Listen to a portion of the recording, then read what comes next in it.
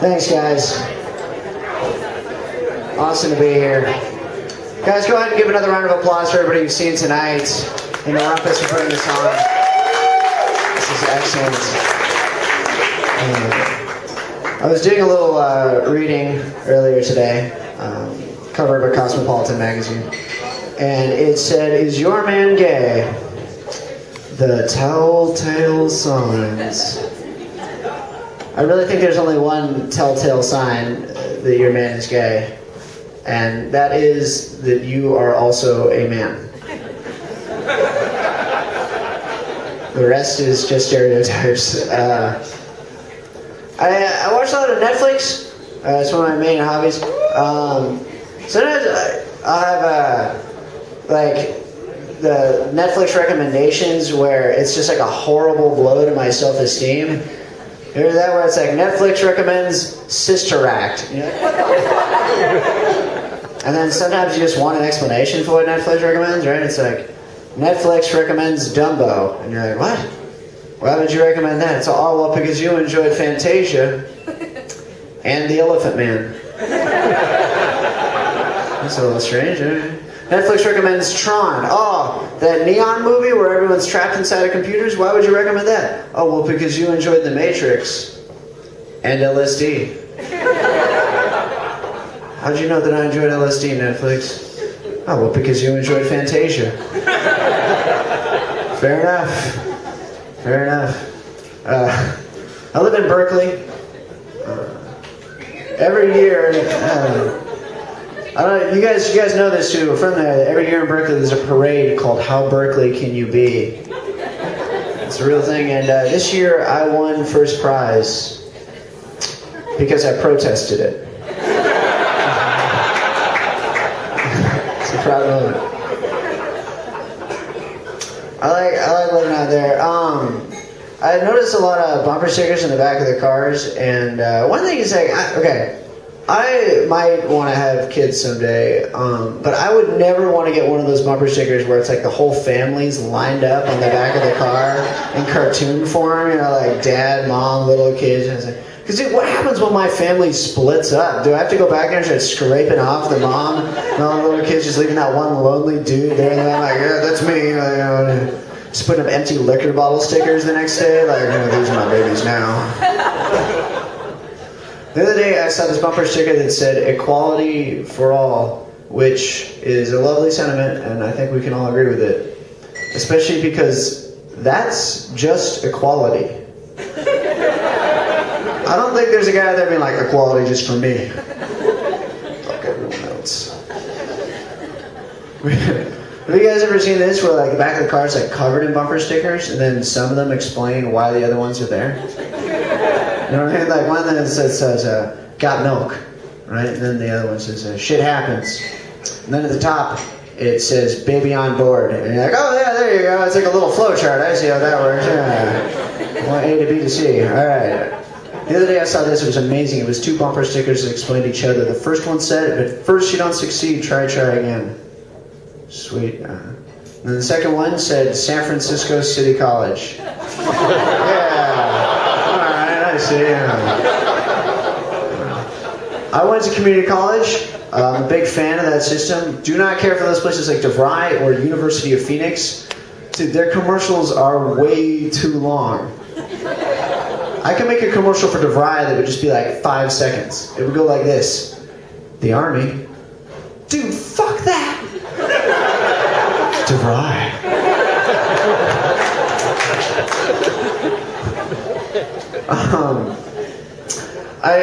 I shop a little bit at Whole Foods, and that place is interesting just because like I feel like the sales pitch is like you come in and you're like, wow, this is the most expensive grocery store that I have ever been inside of, and they're like, yes, and you're like, oh, how come it costs so much? And they're like, because the food's not poisoned.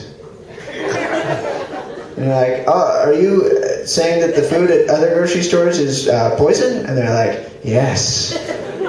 They're like, well, I can't really afford this food. And they're like, oh, well, then you just have to eat poison. System works. It really, that is the idea. Like, they're basically trying to hold us hostage VR health, and especially if you have children, it's basically saying like, oh, you're gonna murder your kids with food if you don't eat your. Sometimes when I come out, they'll be like a really cute college-age girl, like trying to get people to sign up for like Greenpeace or another cause, and it's really interesting because like I come out and they're like, oh hey, do you have a couple minutes to talk today? And I'm like, oh well, how the tables have turned. The first time in their lives, these beautiful young women have to experience awkward rejection over and over again. It's like, oh, hey, how's it going? They're like, well, I got ice cream. I should really get to the car today. I don't have time to do it. It'd be better if we were just friends.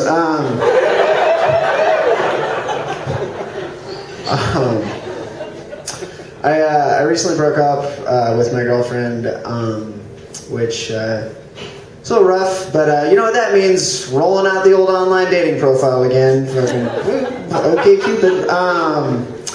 It is really. Here's the thing: is I'm not ashamed of. I've met a lot of like really cool people off of that website, and I'm not ashamed of that. What I am ashamed of is having to tell my parents that's where I met a girl. Like, oh, you got a girlfriend? How'd you guys meet? It's like, well, you ever gone online to buy shoes? Like that, but with a human being. It's like, it really is, and it is like Netflix or something, right? Because it's like, I don't know if you've been over on that site, you'll be like looking at somebody, and then over on the side here, they've got like, here's 10 others like her. If you like this one, we can recommend these. Do you enjoy dark, woody drama? Then you should probably have sex with Claire. Like, that's... They say these things into it, like more desiring of sex, or like less spiritual, right? It's just fucking dark, frankly. That's what it's like. Getting close to the point where it's just like bigger tits, like that's. Like I almost feel like it's really just like like build your own partner and then order them, carve them up for you. There's a question on there that says, "What is the first thing that people usually notice about you?" And so I put. That I'm standing in their kitchen. Just creepy. By the way, I keep forgetting. I wanted to. This is temporary, by the way. Nobody can see the big red birthmark looking thing on my neck, but I've been putting temporary neck tattoos on lately. I think I want to start a Tumblr for it. I don't know. But this is not a mistake that will last. Is what I wanted to.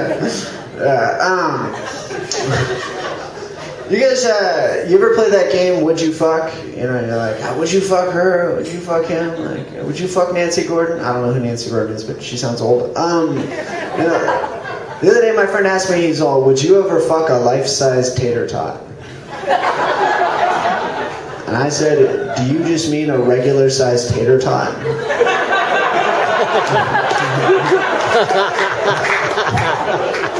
It's like, no, I meant more like the size of a baby.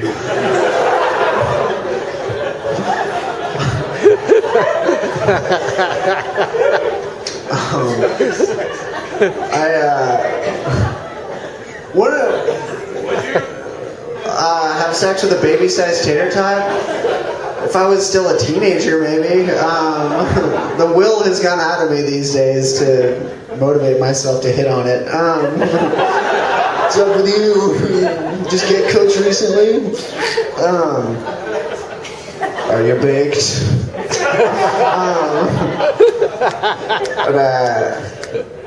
I actually I've gotten to this point in my life where I don't know how to have fun without drugs or alcohol. It's basically like my friends will come over and they'll want to do something wholesome. They're like, "Hey man, you want to go on a hike?" And I'm like, "Oh, you guys are taking shrooms?"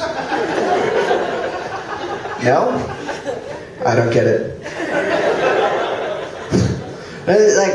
I think it's funny because I'm actually right now I am actually looking for mushrooms and I can't get them, and I've gotten up to that, like I went through this window, right, where like when I was about 14 I started doing drugs and things like that, and we would like call up these these college dropouts to get pot from, who just fucking hated us, right? Like they thought we were the biggest losers in the world. We were, right? Like We would call them and be like, hey dude, do you have weed? And they'd be like, yes! And then just like hang up the phone. Like, and now I've like gotten past that point where like I need to find new college dropouts. Like I need to go start hanging out by the campus or something to get high. But like when I do feel pretty responsible at this point because like when I was younger, I was a crystal meth addict, which fucking sucked. I had its moments. Here's the thing: is if you It's a drug with integrity, and here's what I mean, is there's a lot of famous artists out there who smoke pot, and everybody knows it, and even if you say to someone, you're like, whoa, you did heroin, man? And they'd be like, yeah, but you know, I was in a jazz band. Like, you would accept that as an explanation, right? But there's no analog like that for meth. There's no, like, famous band with no teeth, like, covered in weeping sores who's just like, we're the meth band. It doesn't fucking exist, right? That'd be a country band.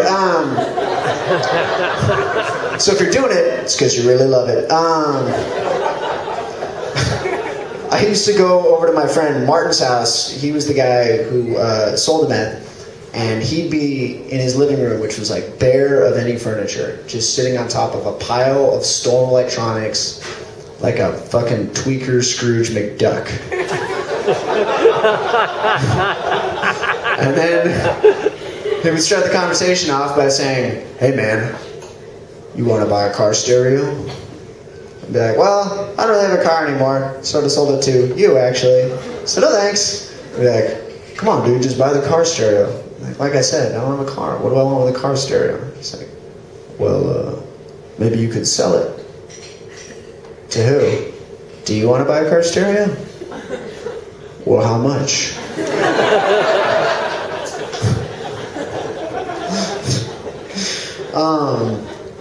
I gotta get out of here in a second. Let's see.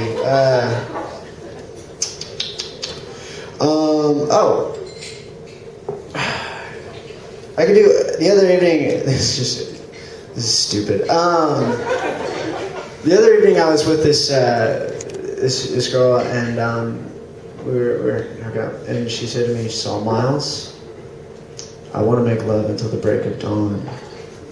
I said, well, then we better not get started until 4:45 a.m. All right, thank you guys very much. Have a good night.